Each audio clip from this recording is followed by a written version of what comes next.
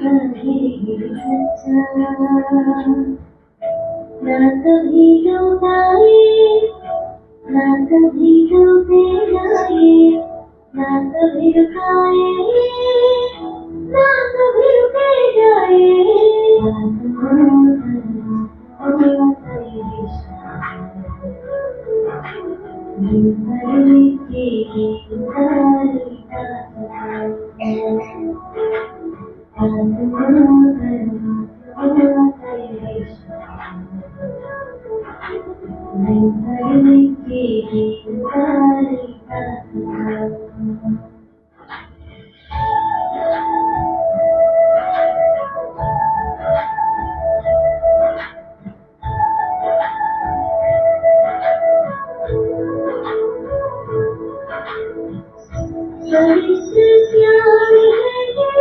रिश्ता दिलदार है ये, पावन बहार है ये, चरित्र निराकार है ये,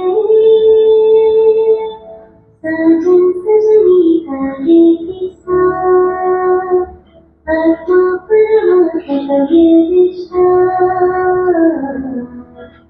न रूप में बंधाए, न नाम में प्रेमे, मोह नहीं खिलाए, सांसों में बसाए। सभी तक महकी नहीं रिश्ता, दुनिया याद करेगी हमारी किस्सा। एक रिश्ता, एक रूहानी किस्सा, दिलों में बसता नाता है ये सच्चा, ना कभी डूबाए, ना कभी डूबे जाए, ना कभी रुकाए, ना कभी रुके जाए।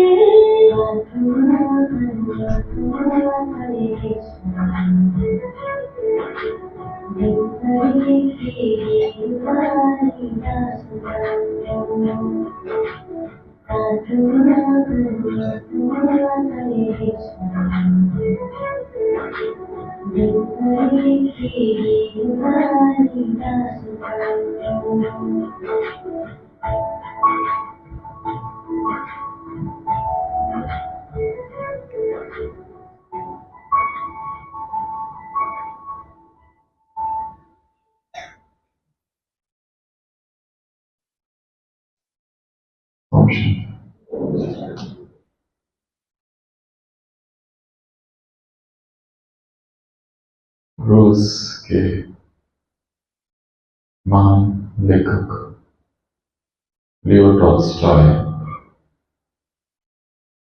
की लिखी एक अत्यंत प्रसिद्ध लघु कथा है, 1886 में पब्लिश हुई, how much land does the man need.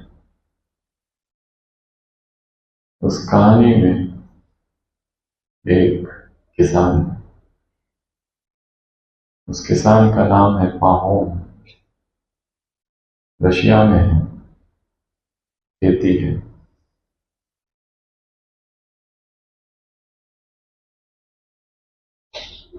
परिवार है, पर जीवन में एक अतृप्ति है, असंतोष।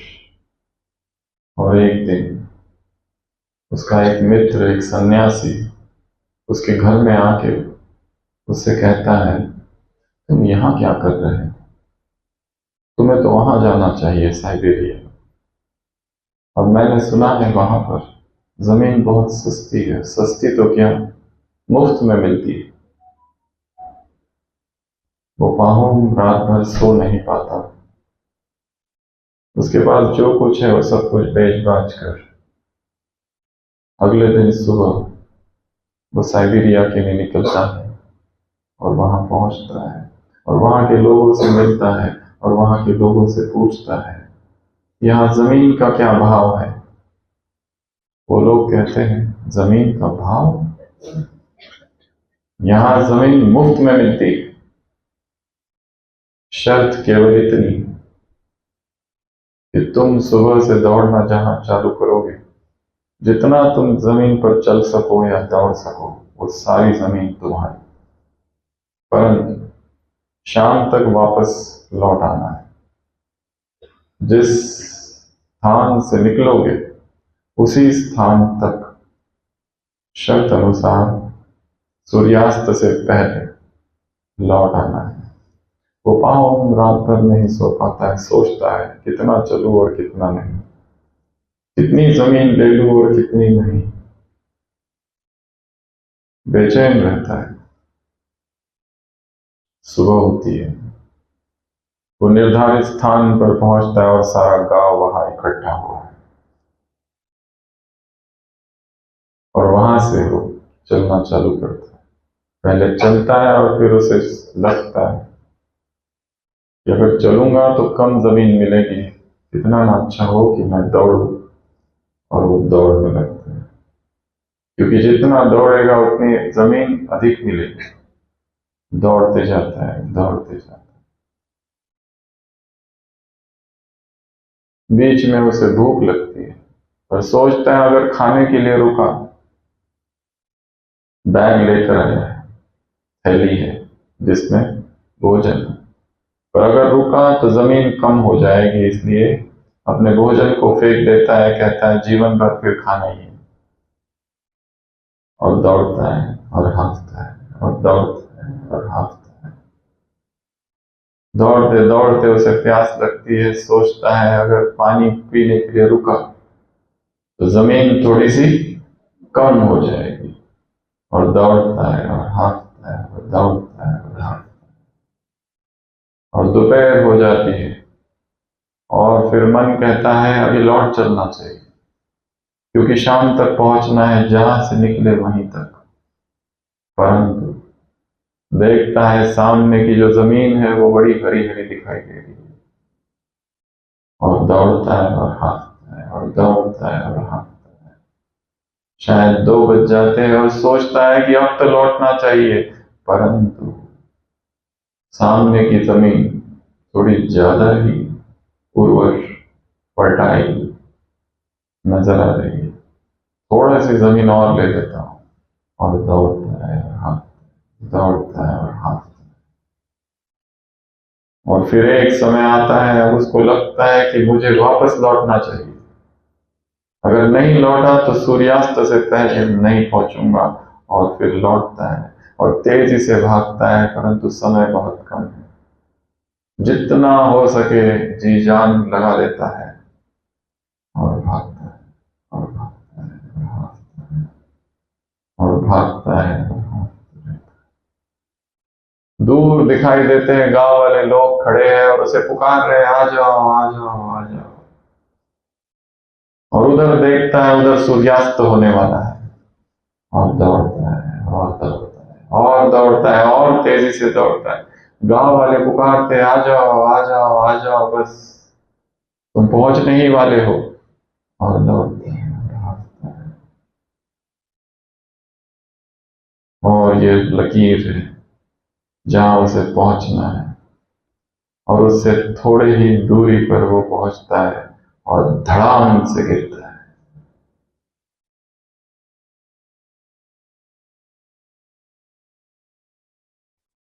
और सूर्यास्त हो जाता है और मर जाता है। गांव के लोग कहते हैं आज एक पागल फिर मर गया, और उसे दफनाया जाता है छोटी सी जगह में। कथा का शीर्षक है how much land does the man need. एक मनुष्य को कितनी जमीन की आवश्यकता है। और कहानी यही पूरी हुई। इस कहानी पर फिल्में बनी हैं, डॉक्यूमेंट्रीज बनी हैं। तो जो हमने सुना से क्या सीखा? क्या सीखा? क्या सीखा? लोभ, लालच एक, और इच्छा, और लोभ और इच्छा तो एक ही है, और लोभ इच्छा ये सब बुरा है, ज्यादा ना हो, ये सब ठीक है। इसके अतिरिक्त कुछ भी लेके नहीं गया। और समय और जीवन, और कुछ और दिखाई दे रहा है इसमें। हाँ, लक्ष्य जो था, टाइम मैनेजमेंट में गलती हो गई, टाइम मैनेजमेंट में मिस्टेक, और भी कुछ, और भी कुछ। हाँ, माया के जाल में फंस गए, वो पहले पॉइंट में आ गया। और पानी पीने और खाने का क्या त्याग कर दिया, तो करना चाहिए।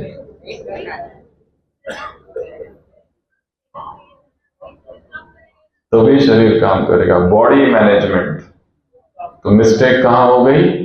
बॉडी मैनेजमेंट में मिस्टेक कहाँ हो गई? टाइम मैनेजमेंट में बॉडी मिस्टेक कहाँ हो गई? एम मैनेजमेंट में मिस्टेक हो गई। जीवन का लक्ष्य श्रेष्ठ रखा, परंतु उसकी कोई प्लानिंग नहीं की। जीवन लक्ष्य था, परंतु पहुंचना कैसे, वो गलती हो। और भी कुछ, और भी कुछ, और भी कुछ।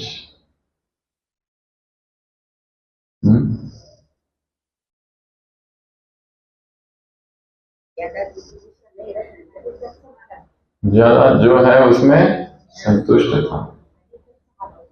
समाधान, संतुष्टम सततम योगी। हे अर्जुन, योगी वो है जो संतुष्ट रहे। संतुष्टता अर्थात ये नहीं कि हम हार मान लें या प्रगतिशील ना हो, जो है उसमें खुश है।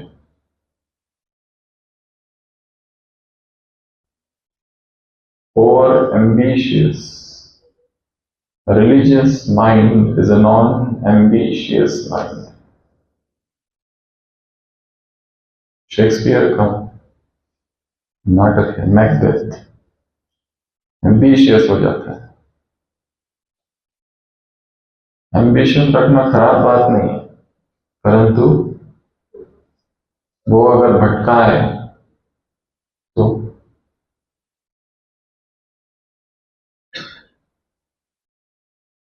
आप सब यहाँ आए और यहाँ पर ज्ञान की बातें सुनी, और सबने बहुत अच्छा अच्छा सुनाया, और सुना भी अच्छा, लगा भी अच्छा, परंतु अब आगे क्या? Next what? ये एक प्रश्न है।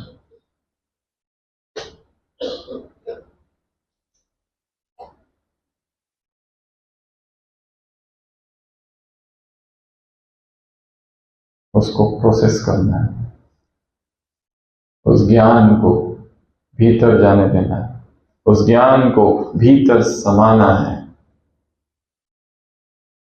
नहीं तो केवल ज्ञान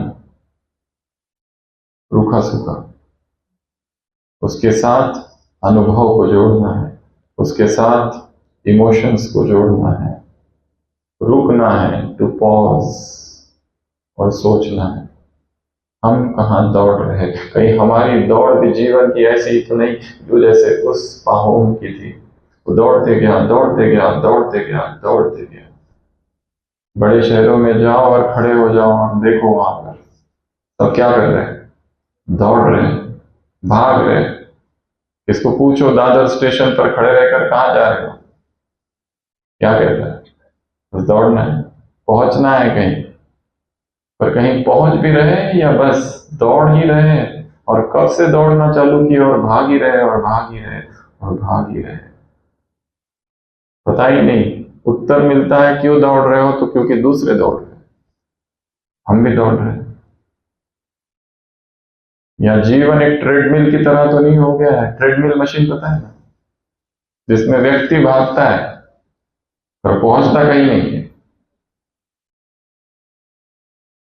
लेविस कैरोल की लिखी हुई एक किताब है एलिस इन वंडरलैंड, छोटे बच्चों की किताब। Alice in Wonderland. 7 साल की एलिस स्वर्गलोक में पहुंच जाती है, एक स्वप्न जगत में। वहां सब कुछ अजीबोगरीब है। एक खरगोश का पीछा करते करते एक बिल में जाती है और वहां से स्वप्न लोक में पहुंच जाती है छोटी सी एलिस। और सब अजीबोगरीब उसे नजर आता है वहां पर। और सुबह से आई हुई है, दूसरा दिन हो गया, भूखी है, प्यासी है, और अचानक उसे भोजन दिखाई देता है। थाल है भोजन के रखे हुए झाड़ के पास, और उसे भूख बहुत लगी है। वो चलने लगती है, उसे लगता है चल के नहीं होगा, भागना पड़ेगा। वो भागने लगती है, दोपहर हो जाती है, वो भागती ही रही। परंतु वो डिस्टेंस उतना के उतना ही है। उस झाड़ के पास एक रानी खड़ी है और रानी से पूछती है कैसी दुनिया है तुम्हारी, मैं सुबह से भाग रही हूं, कहीं नहीं पहुंच रही। रानी कहती है तुम्हारी स्पीड कम है, तुम तेज भागो। वो तेज भागने लगती है, शाम हो जाती है, फिर भी distance same. What world is this O queen? वो पूछती है रानी ये कैसी दुनिया है तुम्हारी, मैं तो कहीं पहुंच ही नहीं रही हूं। वो रानी कहती है ये दुनिया भी तुम्हारी उस दुनिया जैसी है जहां से तुम आई हो। यहाँ कभी भी कोई कहीं नहीं पहुंचता, केवल भागते रहता है, केवल भागते ही रहता है, भागते ही रहता है। उसे लगता है ये मिल जाए तो सुख मिलेगा और वो मिल जाए तो सुख मिलेगा, और सुख कभी मिलता ही नहीं। उसे लगता है घर बन जाए तो सुख मिलेगा, उसे लगता है शादी हो जाए तो सुख मिलेगा, उसे लगता है पद मिल जाए, प्रतिष्ठा मिल जाए, सम्मान मिल जाए तो सुख मिलेगा, परंतु कुछ भी नहीं मिलता और वो भागते ही रहता है। ये कैसी दौड़ है, ये कैसी रैट रेस है, ये कैसा कट थ्रोट कंपटीशन है, जिसमें हम भाग रहे हैं और भाग रहे हैं और भाग रहे हैं, और कहाँ पहुंच रहे हैं पता नहीं। तो आप यहाँ आए, यहाँ आने का उद्देश्य एक ही, रुकना, टू स्टॉप, स्वयं को देखना। मैं कहाँ जा रहा हूँ, मैं कौन, मैं क्या, मुझे क्या करना है, जीवन का लक्ष्य क्या है।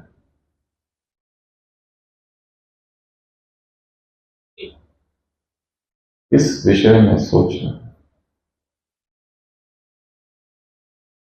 मुझे करना क्या है और मार्ग क्या है, मैं किस मार्ग से जाऊं।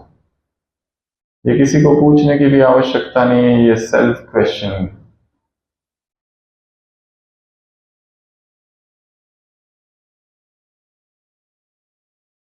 अभी तक जो यात्रा की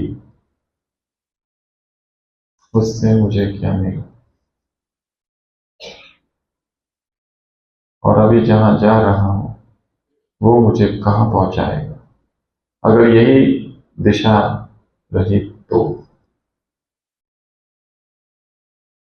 तो सभी आंखें बंद करेंगे, स्थिर बैठेंगे, चिंता नहीं, स्वयं से बातें करेंगे। जीवन की इस यात्रा में मैं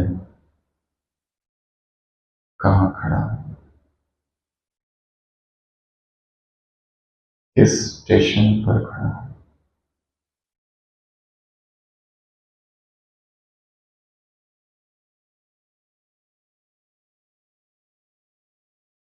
अपने जीवन को देखेंगे,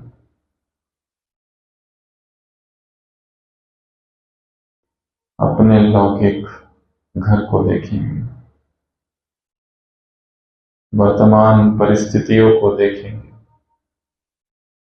जिन लोगों के साथ हम रहते हैं उन लोगों को देखेंगे। कहां से इस जीवन की यात्रा शुरू की,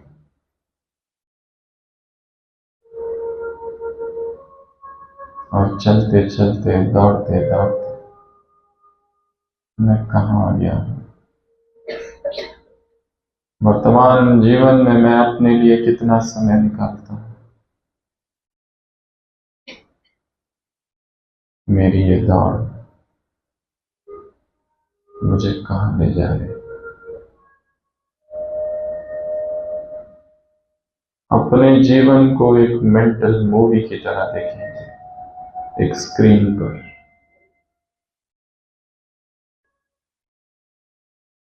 मैं कहां हूं,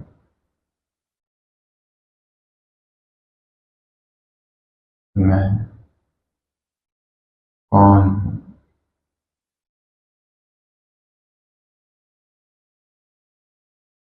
क्यों हूं,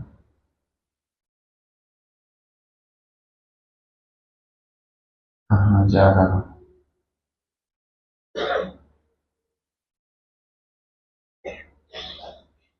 स्वचिंतन, आत्मचिंतन, स्व अवलोकन।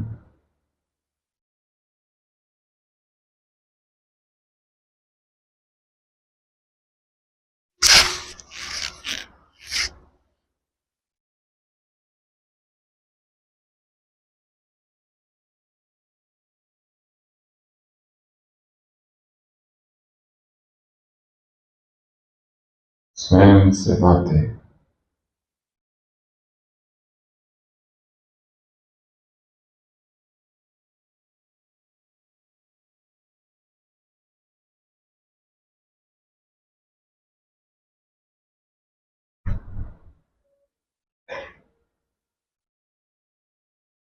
मोशन।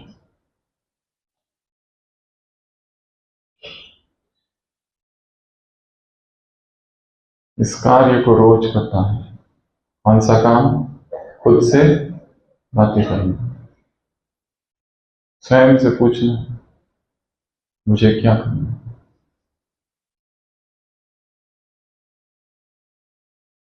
मैं कहां भाग रहा हूं।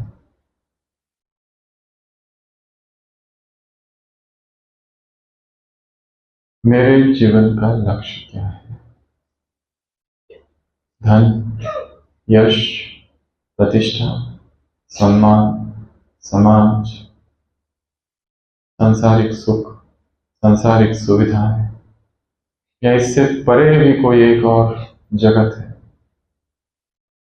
हमें याद है जब हम बहुत छोटे थे, बहुत छोटे,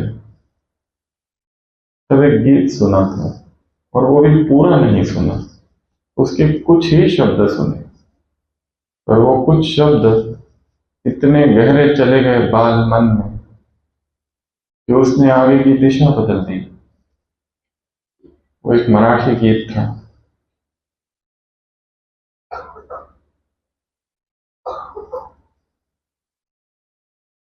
सर्वस्व त्यास अर्पी। मैं सर्वस्व अर्पण करूंगा, ये जीवन ना तरी व्यर्थ, निसिद्ध मराया लाहो, बलसागर भारत हो। उसमें के कुछ ही शब्द थे, परंतु जैसे आत्म जागृति हुई, ये जीवन वैसे भी व्यर्थ है, मैं वो नहीं कर सकता संसार के लोग कर रहे हैं। जीवन का कोई एक महान लक्ष्य है, कोई श्रेष्ठ लक्ष्य है। वैभवी देश चढ़वी, सर्वस्व त्यास वर्गी। कुछ तो चाहिए था कि जिस पर सब कुछ अर्पित किया जाए, और आगे चलकर पता चला कि संसार में परमात्मा के अतिरिक्त कुछ भी नहीं जो सर्वश्रेष्ठ है, जिस पर यह जीवन न्यौछावर किया जाए।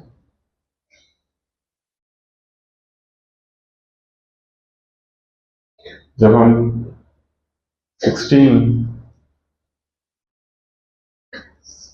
साल के थे, 12th, 16 या 17, 12th की एग्जाम दी, छुट्टियां लग गई, और जैसे सब बच्चे खेलते हैं, मस्ती करते हैं, हम भी। और फिर हमारे लौकिक माँ बाप चाहते थे कि हम डॉक्टर बने, और महाराष्ट्र में एक स्टेट एंट्रेंस होती है, एक नेशनल ऑल इंडिया होती है, और एक तीसरी एंट्रेंस होती थी सेवाग्राम। सेवाग्राम नाम की एक जगह है, वहाँ पर मेडिकल कॉलेज है, ऑटोनॉमस मेडिकल कॉलेज, जिसकी अपनी एक एग्जाम होती है। अगर वो पास कर दो तो वहाँ पर एडमिशन मिलती है। उसमें फिजिक्स, केमिस्ट्री और बायोलॉजी के अलावा एक चौथा सब्जेक्ट भी था, जिसका नाम था गांधीयन थॉट्स। और हमारे पिताजी एक किताब लेकर आए, कुछ किताबें, उसमें से एक किताब थी the story of my experiment with truth, सत्य के प्रयोग, M.K. गांधी। उस किताब को हमने पढ़ना चालू किया, क्योंकि एग्जाम देनी थी और पास करना था। पहला दिन, दूसरा दिन और तीसरा दिन और चौथा दिन, और किताब पढ़ते पढ़ते हम मौन में चले गए। और हमारे घर में और एक दूसरी बहुत फटी पुरानी किताब पड़ी हुई थी, लव ऑफ गॉड नाम की, Saint Francis of de Sales की। और पढ़ते पढ़ते पढ़ते पढ़ते पढ़ते जीवन ही बदल गया। जो इधर जा रहा था वो बदल कर कहीं और चला गया, और वो साइलेंस इतना पावरफुल साइलेंस था कि अगले 6 मास तक हमने किसी से बात ही नहीं की। 6 months टोटल साइलेंस। हमारी माता जी, हमारे पिताजी, उनको लगा इसको क्या हो गया, ये बात ही करना इसने बंद कर दिया, इसको डॉक्टर के पास लेके जाना चाहिए, ENT के पास। परंतु उसी मौन में एक क्रांति हो गई, जीवन की क्रांति, जो वो लोग नहीं समझ पाए। मार्ग बदल गया। MBBS का रिजल्ट आ गया, 12th का रिजल्ट आ गया, वो लोग इतने खुश हो रहे हैं, पर हमने देखा मनुष्य का स्वभाव। उधर ग्रुप्स में बहुत अच्छे मार्क्स थे, एक में 97, एक में 95, मैथमेटिक्स 97, बायोलॉजी ग्रुप 95, सब जगह एडमिशन मिल सकती है। परंतु हमने देखा कि वो लोग दुखी, क्योंकि मेरिट लिस्ट में नाम नहीं। मनुष्य जीवन का पहला पाठ हमने सीखा कि कुछ भी मिल जाए, मनुष्य सुखी होता नहीं।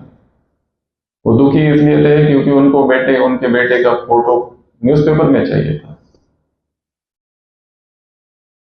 उसमें नाम नहीं था। ये एक सूक्ष्म पाठ हमने पढ़ा कि मन अतृप्त ही रहता है, और उसी मौन में आगे के सारे दृश्य दिखे, आगे क्या करना है। जैसे जैसे आगे बढ़े, मेडिकल कॉलेज में एडमिशन, उसमें भी हमारी कोई इच्छा नहीं थी, जैसे सरेंडर कर दिए, thy will shall be done, होई सोई जो राम रचि राखा। वो पूरा MBBS काल एक खोज थी भगवान की। वो कौन है, वो कहाँ है, कैसे उसको ढूंढूं। एक तरफ मेडिकल की पढ़ाई और एक तरफ अध्यात्म की, परमात्मा की खोज। कहानी बहुत बड़ी है, शॉर्ट में ढूंढने लगे, कहाँ ढूंढूं उसको। ऐसा कोई स्थान नहीं छोड़ा, ऐसी कोई संस्था नहीं छोड़ी, ऐसा कोई धर्म, ऐसी कोई किताब, हर जगह है, हर जगह। इंटर्नशिप चालू हुई, वो पूरा इंटर्नशिप 1 साल सब लोग कहते थे तुम सिंसियर हो, पर वो सिंसियरिटी कभी थी ही नहीं, क्योंकि ऐसा एक भाव जागृत हो गया, जे जे भेटी जे भूत देते मानी जे भगवान। ये एक एक कौन है? स्वयं नारायण। क्योंकि यही किताबों में हमने पढ़ा। उस साइलेंस के बाद वाचा में आए, और फिर सेकंड साइलेंस आया, second turning point of life. MBBS exam पूरी हुई, सब बच्चे छुट्टियों में घर चले गए, हम वहीं रहे हॉस्टल में, और वहां पर सेकंड साइलेंस में एंट्री हुई अपने आप 7 दिन। और फिर इंटर्नशिप चालू हुई, और फिर थर्ड साइलेंस में एंट्री हुई अपने आप। सबने कहा कि तुम पोस्ट ग्रेजुएशन करो। हम अपने भाई के पास गए, वो भी एमबीबीएस कर रहा था, और वहां पर पढ़ते पढ़ते असंख्य संस्थाओं के संपर्क में। ऐसी कोई संस्था नहीं जो छोड़ी।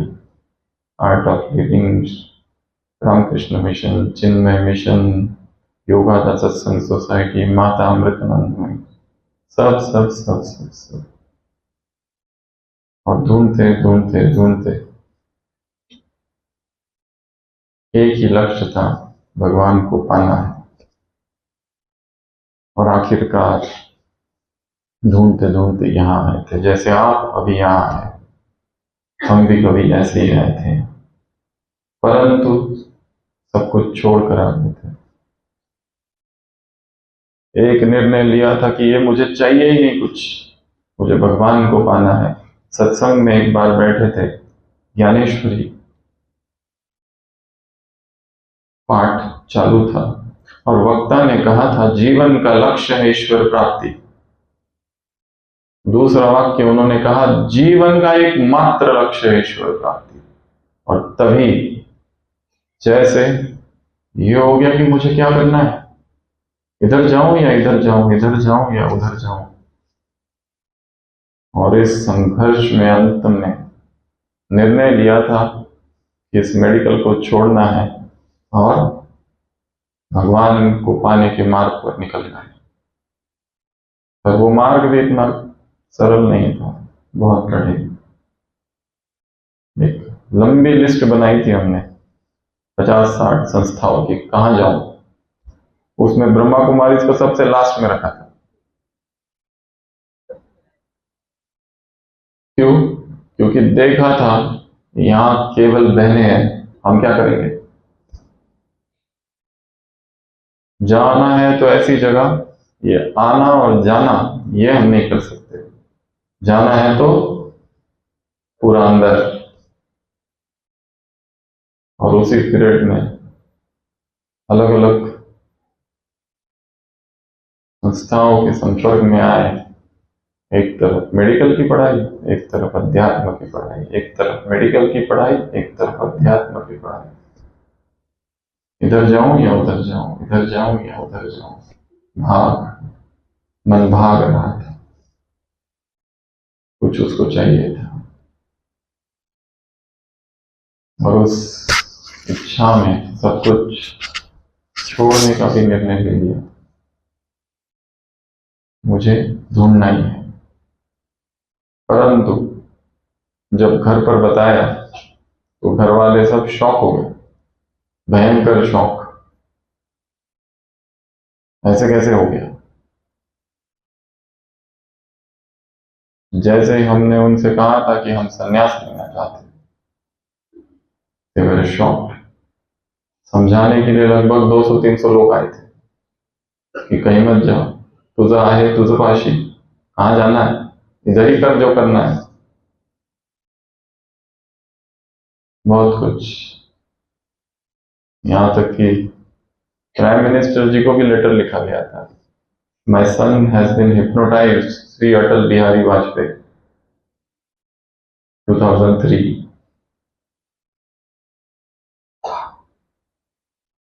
परंतु वो प्यास ऐसी गहरी थी, इतनी गहरी कि वो लोग नहीं समझ पाए, कोई भी नहीं समझ पाए।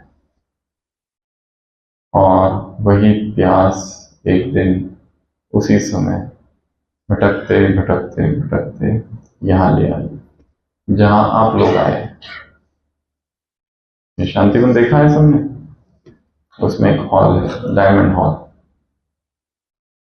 वहां और अचानक जो 20,000 लोगों की सभा थी, उस बीच एक नया जन्म हुआ अपने आप। इसलिए कहा कि आप लोग यहाँ आए हो, ये नियति का कोई संकेत है। यहाँ हर एक नहीं पहुंच सकता। ये स्थान साधारण स्थान नहीं है। हम कहीं और जा रहे थे और यहाँ आए और सोचा था फिर यहाँ से वहां जाना है, और इस तैयारी से भी आए थे कि यहाँ सावधान रहना है, हिप्नोटाइज ना कर दे कोई।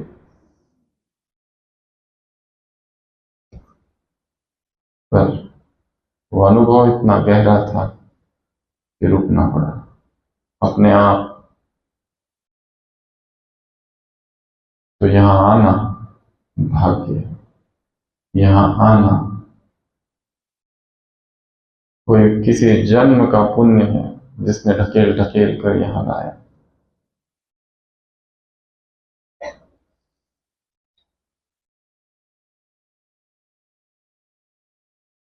तो जीवन की इस दौड़ में रुकना है। यहाँ आने का उद्देश्य क्या है? रुकना और स्वयं को देखना, मुझे आगे क्या करना है। यहाँ आए, यहाँ रुके और यहाँ से चले गए, और वहां जाकर कहा बहुत अच्छा था, भाषण अच्छे थे, इनकी व्यवस्था अच्छी थी, यहाँ के पर्दे बहुत अच्छे थे, सब अच्छे थे, लोग भी बहुत अच्छे थे, भोजन तो बात मत पूछो। परंतु यहाँ कुछ और भी है, कुछ सूक्ष्म है, कुछ तरंगे है, कुछ ऊर्जा है।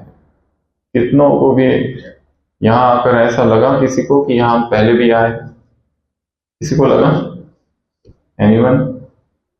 कुछ लोग हैं, अंग्रेजी में इसको कहते हैं डेजा वू, इसको कहते हैं डेजा वू। हम पहली बार आए थे यहाँ पर, तो ऐसा लगा था कि ये तो स्थान मुझे पता है, पता ही नहीं यहाँ के स्थान कहाँ, कौन सा रास्ता जाता है ये भी मुझे पता है। ऊपर चढ़ रहे थे आबू रोड से माउंट, यहाँ से ऊपर वो पहाड़, वो वादियों को देखकर लगा इनको मैं बचपन से देख रहा हूँ, ध्यान की अवस्था में इनको देखा है, कभी स्वप्न में देखा है पहाड़ियों को, और ये हमारा ही नहीं, कितनी आत्माओं का अनुभव। इसलिए यहां से जाने से पहले एकांत में बैठो थोड़ी देर और अनुभव करो कि यहाँ कुछ है, कौन मुझे यहाँ खींच कर लाया, और संसार की जो भाग दौड़ है वो मुझे कहाँ ले जा रही है। आई नीड टू स्टॉप, मुझे रुकना है, खुद को देखना है और फिर आगे बढ़ना है। H.G. वेल्स ने एक कहानी लिखी है। एक व्यक्ति होता है जिसे बहुत, वो यात्रा के बारे में पढ़ता है, समुद्री यात्रा के बारे में इतना पढ़ता है कि उसके मन में इच्छा होती है कि मुझे भी समुद्री यात्रा करना है और दूर कहीं जाना है, वास्को डा गामा की तरह, कोलंबस की तरह, और कोई नए देश को ढूंढना है। और वो सारी तैयारी करता है, एक अपनी डोंगी, एक नाव तैयार करता है, उसमें सारा सामान ले लेता है, खाने पीने की वस्तु, टैबलेट, सब कुछ, और निकलता है समुद्र की यात्रा में। 3 मास तक समुद्री यात्रा करते रहता है, कुछ भी नहीं दिखाई देता है, निराशा भी होती है बीच में, परंतु फिर से आशा बनती है कि कुछ तो दिखेगा, कुछ तो नहीं दिखेगा, कोई नई जगह मिलेगी, कोई नई जगह में खोजूंगा, नए लोग मिलेंगे, नई भाषा होगी, सब कुछ नया होगा, बहुत आशा से। और अचानक एक दिन 3 मास अकेला उस नाव में, और अचानक एक दिन जमीन दिखाई देने लगती है। इतनी खुशी होती है कि जमीन दिख गई और नए लोग मिलेंगे, सब कुछ नया होगा। और फिर नाव को लगाता है और उतरता है, देखता है थोड़ा परिचित सा दिखाई दे रहा है, थोड़ा और अंदर जाता है तो गांव भी परिचित से दिखाई दे रहे हैं, और उनकी भाषा तो उसी की भाषा है। उसे लगा कोई नई भाषा वाले लोग मिलेंगे, और थोड़ा अंदर जाता है, पता चला वो वहीं पहुंच गया जहां से निकला था। उसी देश में वो पहुंच जाता है जिस देश से वो आया। उसकी ये सारी यात्रा उसको फिर वहीं ले आई, कहीं पहुंचा ही नहीं। कहीं हम भी तो ऐसी यात्रा नहीं कर रहे। इसलिए साइलेंस, एकांत, स्टॉप और सोचना, मैं किस तरफ यात्रा करना हूं, मुझे कहाँ जाना है, कहीं जीवन का लक्ष्य भटक तो नहीं गया। एक फिलोसोफर ट्रेन में यात्रा कर रहा है और बहुत प्रसिद्ध है। वो टीटी आता है और पूछता है टिकट। वो टिकट ढूंढने लगता है, कहीं पर भी टिकट नहीं मिलती। वो टीटी कहता है कोई चिंता की बात नहीं, आप इतने प्रसिद्ध हो, आपको कौन नहीं जानता, नहीं दिया तो भी चलेगा। वो कहता है प्रॉब्लम वो है ही नहीं, उस टिकट पर लिखा हुआ है मुझे जाना कहाँ है, इसलिए ढूंढना जरूरी है।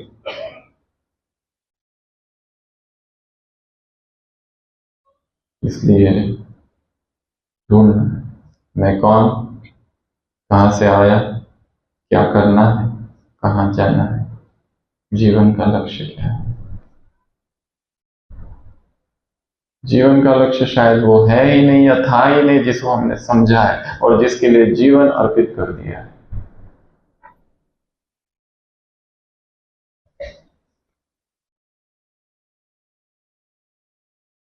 जीवन का लक्ष्य है उस परम की ओर जाना, उस परम को पाना, और उसे पाने की कम से कम 8 अवस्थाएं हैं, 8 स्टेजेस थ्रू आत्मा को गुजरना पड़ेगा, तब कहीं जाकर आत्मा उस परम से मुलाकात करती है और एक संतुष्टता का अनुभव होता है जीवन में। नहीं तो निरंतर बेचैनी, निरंतर बेचैनी। We look before and after and pine for what is not. Our sincerest laughter with some pain is fraught. Our deepest songs are those, sweetest songs are those that tell of saddest thought. हम आगे देखते हैं, पीछे देखते हैं, वर्तमान को नहीं देखते, जो आगे जो है नहीं उसे पाना चाहते हैं। यही दुख का कारण है। We look before and after and pine for what is not. यही दुख दुख दुख। सबसे पहली अवस्था है विरह की अग्नि। भीतर एक बेचैनी उत्पन्न हो, अतृप्ति का भाव, ये जो कुछ मेरे पास है ये मुझे भर नहीं सकता, तब तक अगली यात्रा चालू नहीं होती। जो ये सोचते हैं कि मैंने सब पा लिया और सब कुछ अच्छा चल रहा है, अर्थात कुछ तो गड़बड़ है। अगर इसी को सब कुछ समझ रखा है, सब कुछ ठीक चल रहा है, अगर सब कुछ ठीक है तो अंदर बेचैनी क्यों है, फिर नींद क्यों नहीं आती, फिर भय क्यों है, घबराहट क्यों होती है, पैनिक अटैक्स क्यों होते हैं, डर क्यों है कि कहीं खो ना जाए। एक वैक्यूम है भीतर, एक स्पिरिचुअल वॉइड, और वो होना भी चाहिए। वो जब तक नहीं है तब तक, नहीं तो हम फंसे रहेंगे एक भीतर। और ये बेचैनी धीरे धीरे किस बेचैनी में कन्वर्ट हो जाए, उस परम को पाने की बेचैनी, कि जीवन में कुछ है जो मुझे मिला नहीं, अब उसकी प्यास उत्पन्न हो हाईएस्ट के लिए। याद से देही, याद से जन्मी, नाउ हियर।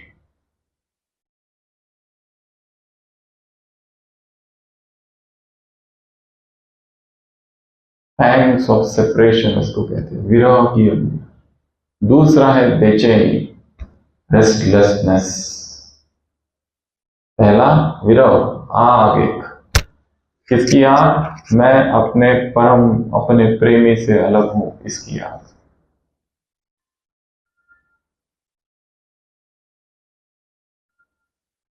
वो अंदर जगे।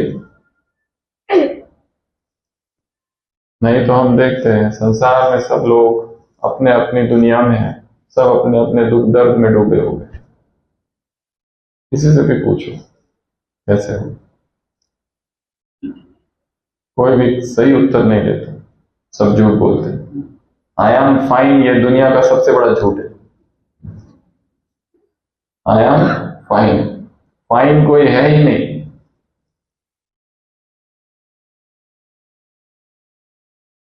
भीतर डर है, आशंका है। और सबसे बड़ा डर कौन सा है इस संसार का? एनीवन? मृत्यु का। मृत्यु से भी बड़ा भय कौन सा भय? एनीवन? हाँ, किसका? लोग क्या कहेंगे, उससे भी बड़ा। मेरा क्या होगा, मेरे मेरे जो अपने हैं, उनका क्या होगा? और भी कोई भय?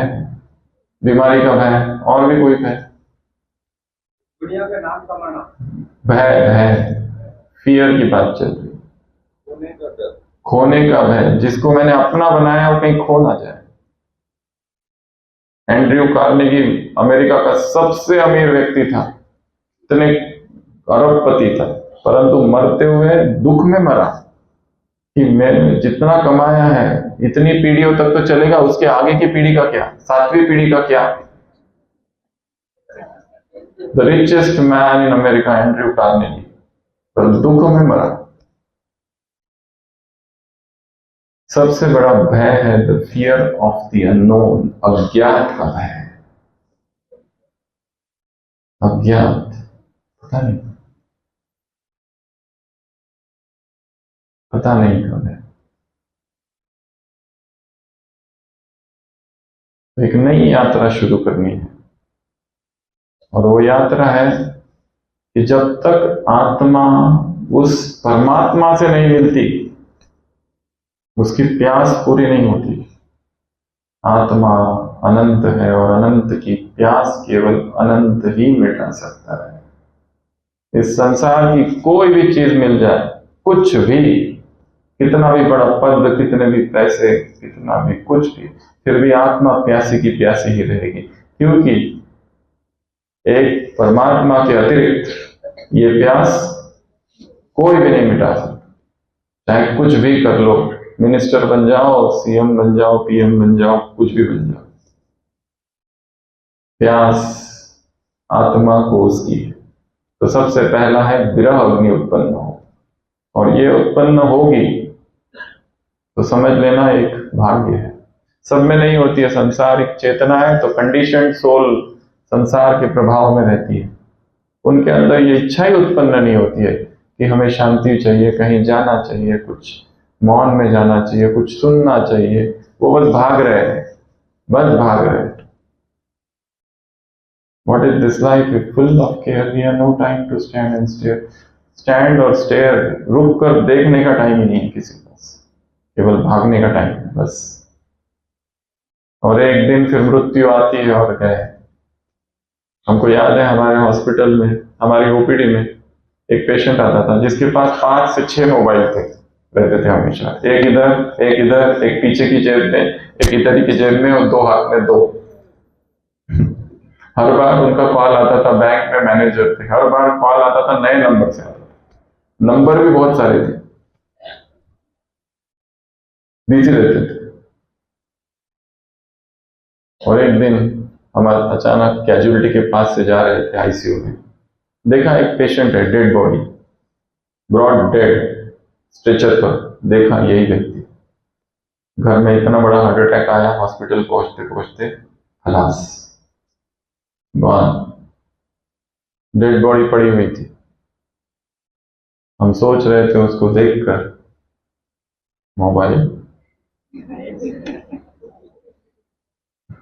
वो कहते थे बहुत जरूरी है, सबसे कांटेक्ट रखना पड़ता है, गॉन। अभी कुछ दिनों पहले एक पेशेंट आया हॉस्पिटल में, सीरियस थे, बैठे थे पर बहुत सांस फूल रहे थे, उसके रिश्तेदार थे, टूरिस्ट लोग थे, माउंट आबू में आते रहते, हमारे ज्यादा पेशेंट यही होते हैं। 40 लोग जाते हैं घूमने, वो एक को हार्ट अटैक आता है, बाकी फिर पूछते अब हम क्या करें, हम तो घूमने आए थे। हम कहते आप लोग जाओ और इसके रिश्तेदार को भेज दो। फिर तो वैसे ग्रुप आया, वो बहुत सास, फिर हमने कहा ये सीरियस है, इसको तुरंत एडमिट करना है। नहीं नहीं नहीं नहीं वगैरह वगैरह वगैरह जो भी। फिर भी कहा नहीं इसको भेजना है। बस आईसीयू तक पहुंचते ही वहीं पर कार्डियक अरेस्ट हो गया पेशेंट, गॉन। जीवन इतना अनित्य है।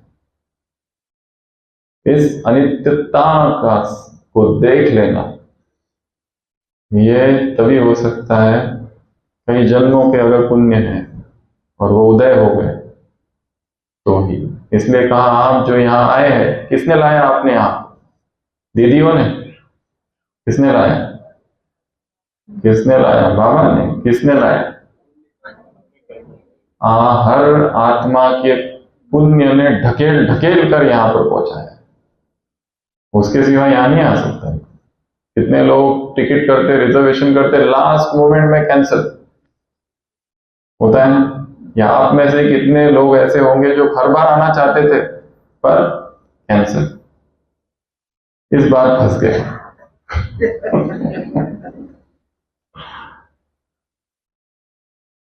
तो पहला विरह, दूसरा बेचैनी, तीसरा एक धुन धुन धुन धुन, एक ऑब्सेशन। जैसे वो स्पोर्ट्समैन को ऑब्सेशन होता है, जैसे मैराथन रनर को बस वही दिखता है कि मैं फर्स्ट आ रहा हूं, मैं फर्स्ट आ रहा हूं। जैसे ओलंपिक में जाने वाले को केवल दिखता है कि मैं फर्स्ट आ रहा हूं। म्यूजिशियन को दिखता है कि मैं म्यूजिक बजा रहा हूं और सारी दुनिया मुझे देख रही है। सिंगर को दिखता है कि मैं गीत गा रहा हूं और सब मुझे सुन रहे हैं। उसी तरह आत्मा में प्यास उत्पन्न हो जाए भगवान को पाने की, एक धुन, नको देवराया अंत आता पाहु, प्राण सर्वथा जाऊ पाए। ऐसी प्यास कि अगर तू ना मिला तो मैं मर जाऊंगा।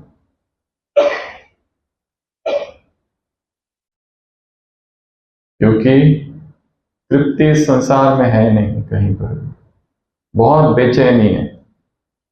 जब साइकिल थी तो दुखी इसलिए थे कि बाजू वाले के पास स्कूटर है, फिर हमने स्कूटर खरीदी। पर अब दुख इसका है कि बाजू वाले के पास कार आ गई। दूसरों के दुखों से हम ज्यादा दुखी, दूसरों के सुखों से। हमने कार ले ली पर दुख अब भी है, क्योंकि उसके पास एसी वाली कार है, हमारी कार। फिर हमने एसी वाली कार ले ली, उसने तब तक हेलीकॉप्टर ले लिया। अब अपनी कार बैलगाड़ी जैसी दिखती है।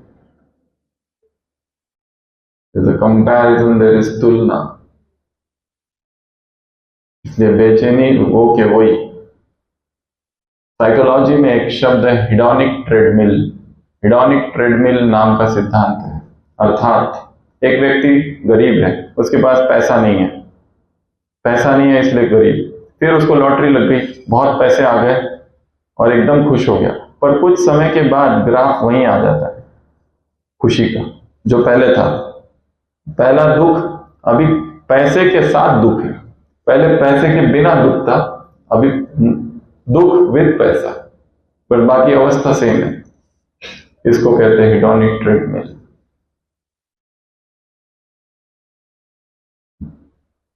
तीसरा धुन, अगर ये हो जाए तो समझना भाग्य उदय हो रहा है। तीसरा धन्यवाद का भाव, उस परम के प्रति। हम सबको धन्यवाद करते, थोड़ा सा भी किसी ने कुछ दिया तो थैंक यू करते हैं। क्या भगवान को थैंक यू करते हैं? उसने ये शरीर दिया, उसने इतना सब कुछ दिया। हमारे ग्रेटिट्यूड की लिस्ट बहुत कम है, कंप्लेंट्स की लिस्ट ज्यादा है। मैक्सिको में 2 झरने थे, मैक्सिको में 2 झरने, एक झरने में गर्म पानी आता था, एक झरने में ठंडा पानी। और गांव की जो स्त्रियां थी उनको कितना अच्छा होता था, गर्म पानी से कपड़े धो फिर ठंडे पानी से, दोनों एक साथ। तो एक इंटरव्यू लेने एक पत्रकार वहां पहुंचा और गांव की स्त्रियों का इंटरव्यू लिया। आप क्या सोचते हो इसके बारे में? ये प्रकृति की कैसा कैसा अद्भुत चमत्कार है कि एक झरने में गर्म पानी, एक में ठंडा। वो गांव की स्त्रियों ने कहा वो तो सब ठीक है, साबुन कहाँ से आती है? साबुन तो है ही नहीं, साबुन भी तो आनी चाहिए। अतृप्ति तो है ही, कुछ भी मिल जाए उसमें भी दुखी है वो। ग्रेटिट्यूड, क्या करना है? उस परम को, उस परमात्मा को धन्यवाद। किस लिए धन्यवाद? इस नई सुबह के लिए धन्यवाद, यहाँ लाने के लिए धन्यवाद, इस सभा के लिए धन्यवाद। आप जो यहाँ आए, आपका जिन्होंने आवभगत किया, स्वागत किया, आपकी जिन्होंने देखभाल की इस जगह पर, उन सबका धन्यवाद। जिन्होंने भोजन बनाया उनका भी धन्यवाद, सबका धन्यवाद। जो निस्वार्थ भाव से सेवा कर रहे हैं उनका धन्यवाद। इन बहनों का धन्यवाद।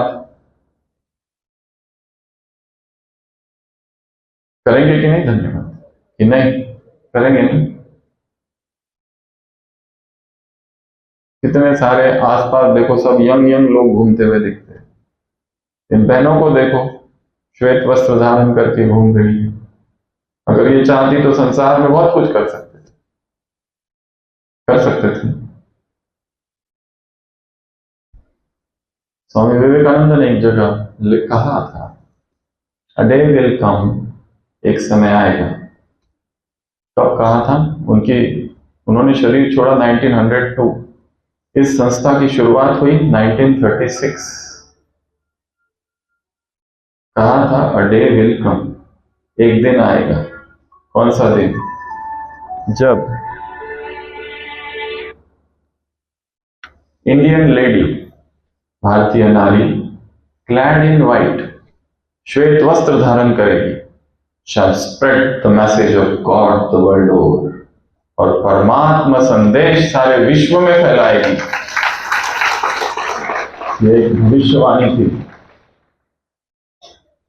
किसके लिए थी? इन्हीं ब्रह्मा कुमारियों के लिए कि भारतीय नारी clad in white shall spread the message of God the world over। तो इनको साधारण नहीं समझना है। जिन्होंने अपना जीवन,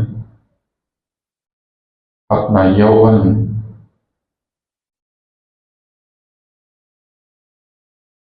अपना सर्वस्व इस यज्ञ की वेदी पर स्वाहा किया है।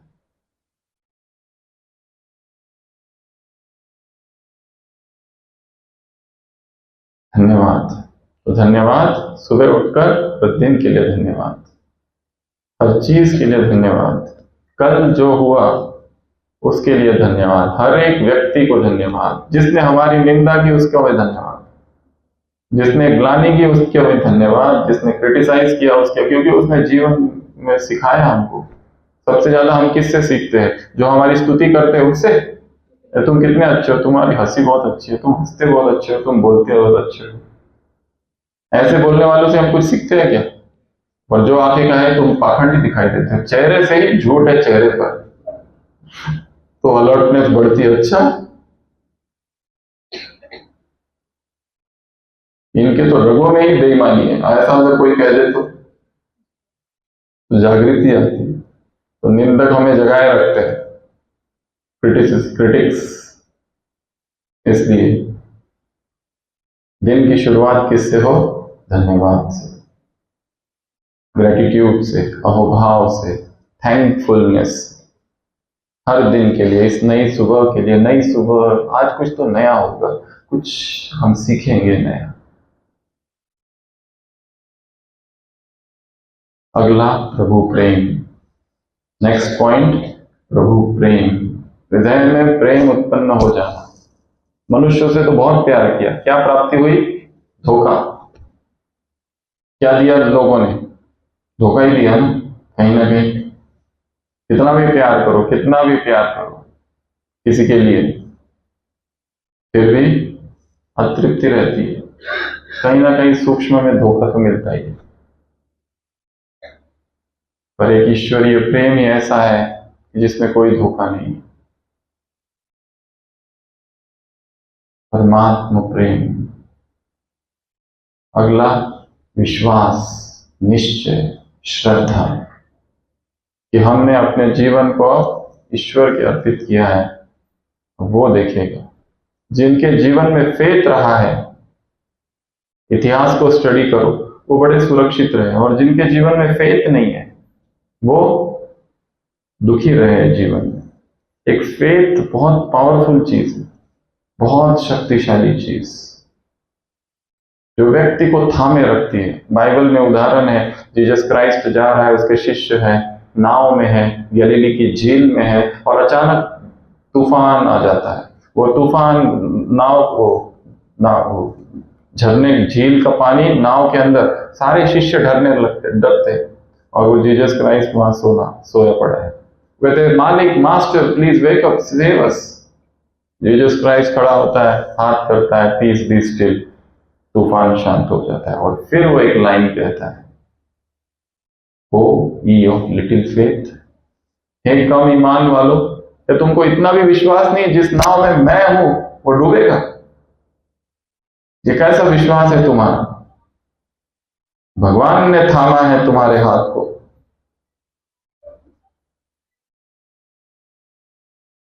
मेरे जीवन को भगवान ने थामा है, वो चला रहा है मुझे। जिनके जीवन में ये भाव रहा है, दे रिमेन स्टेबल। और जिनको मैं रहा है, वो हिलते रहे, ये देखा गया। इसलिए एक भाव, एक श्रद्धा, एक विश्वास, ये संसार विश्वास से चलता है। If you have faith and if you ask the mountain get up and get planted on the sea and it shall be done.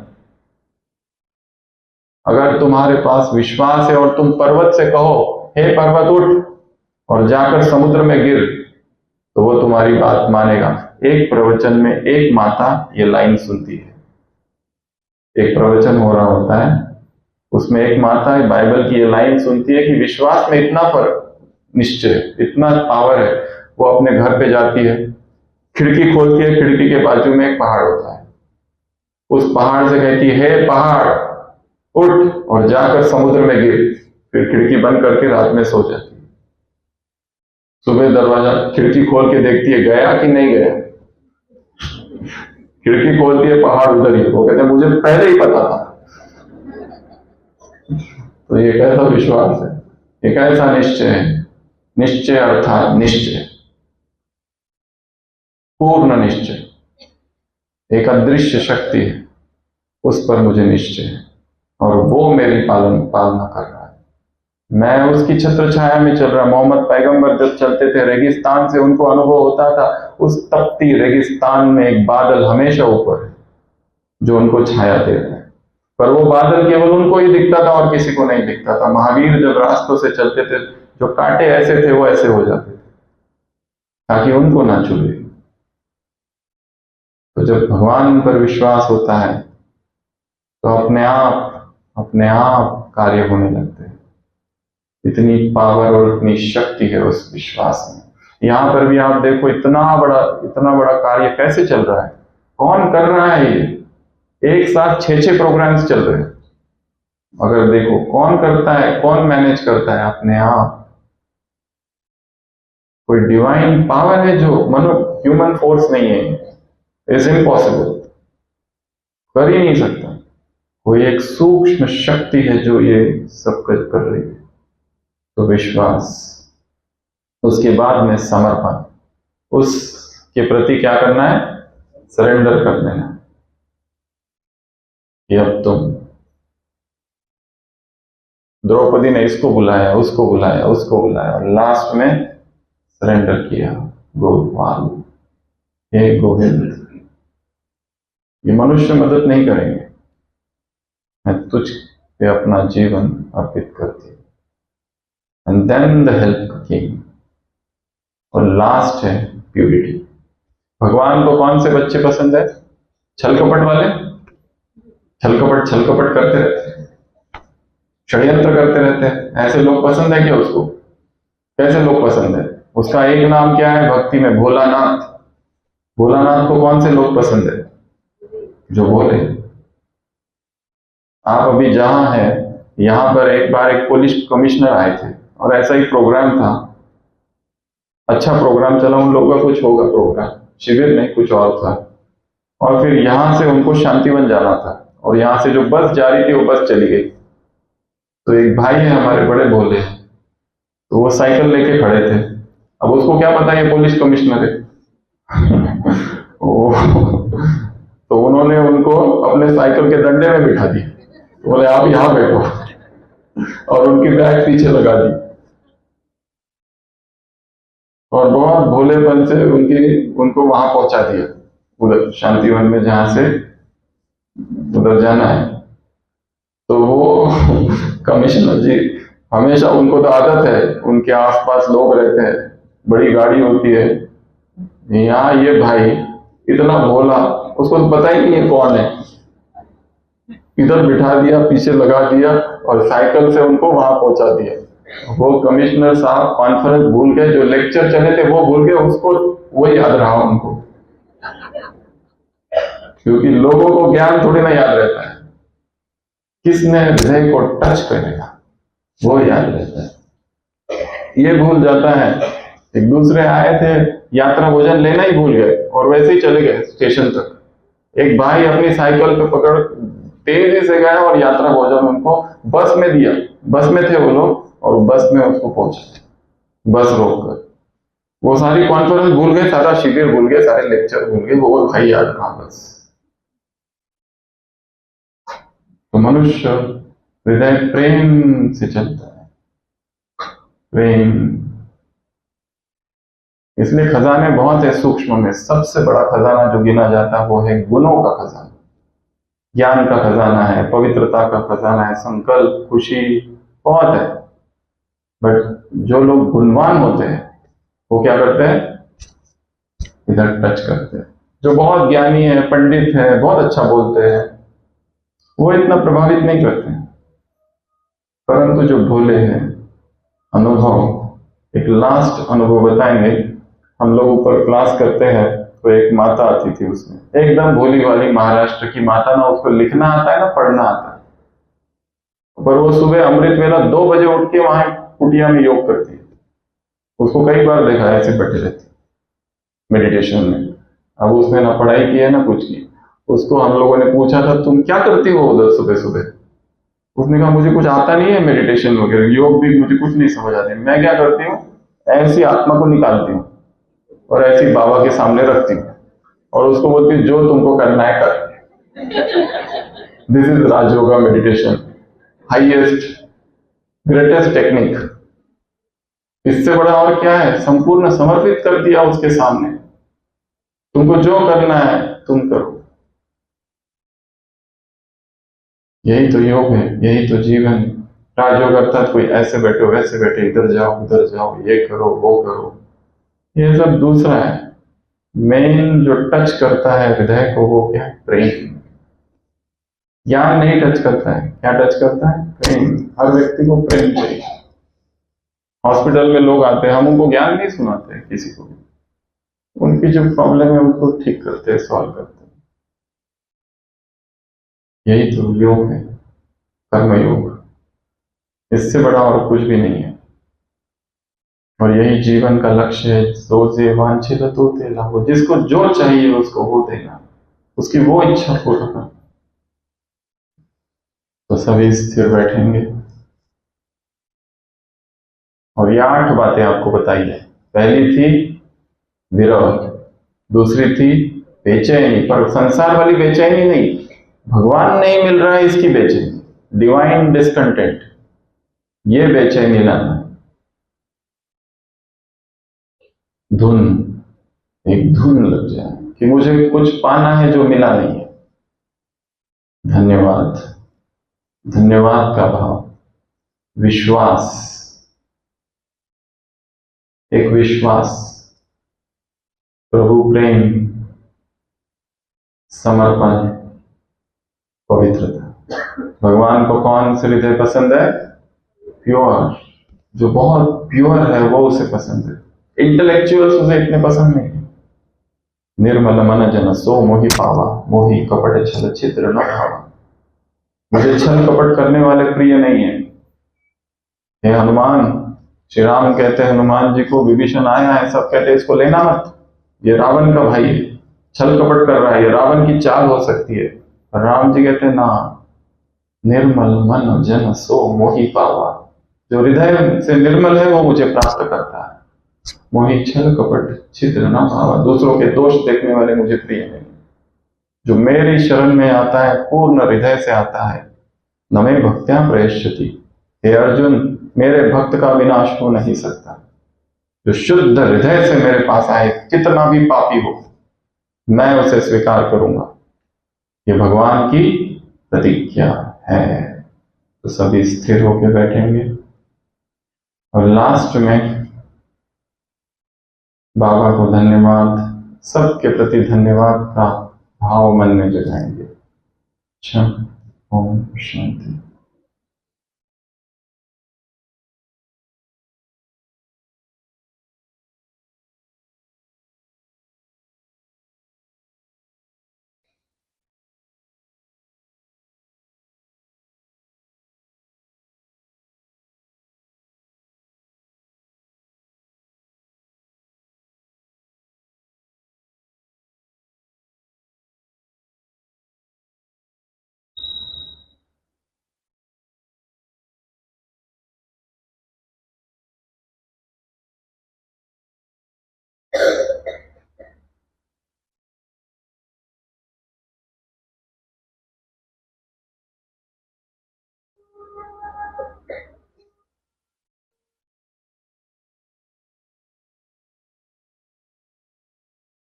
एक धन्यवाद का भाव सबके लिए।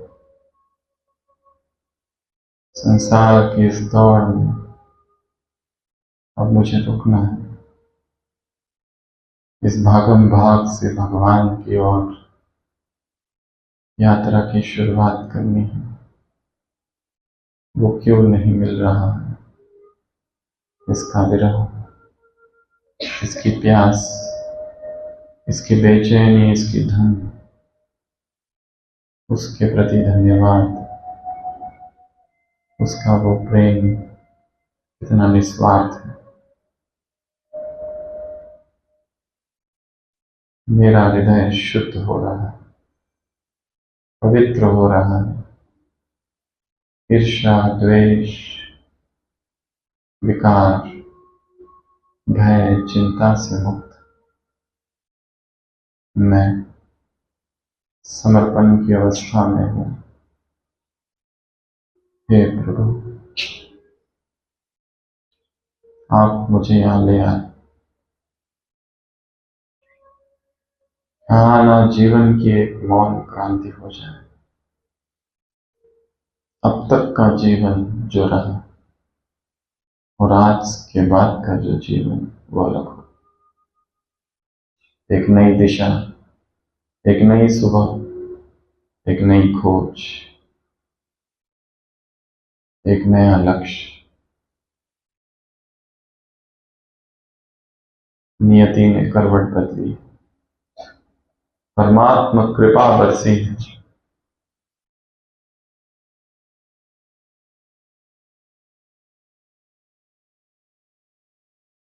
अपने हाथ को ऐसा करेंगे और अपने जीवन में जो जो शुभ रहा, जो जो घटा, जो जो व्यक्ति आए, उन सब के लिए धन्यवाद। जो कुछ हुआ अब तक वो सब मेरा शिक्षक है। अतीत मेरी पाठशाला है, परिस्थिति मेरा शिक्षक। उस भगवान को धन्यवाद जो मुझे यहाँ ले आया। इस जीवन के लिए धन्यवाद, इस नवीनता के लिए धन्यवाद।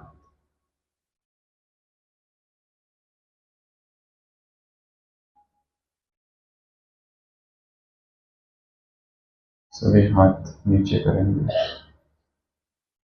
ओम शांति।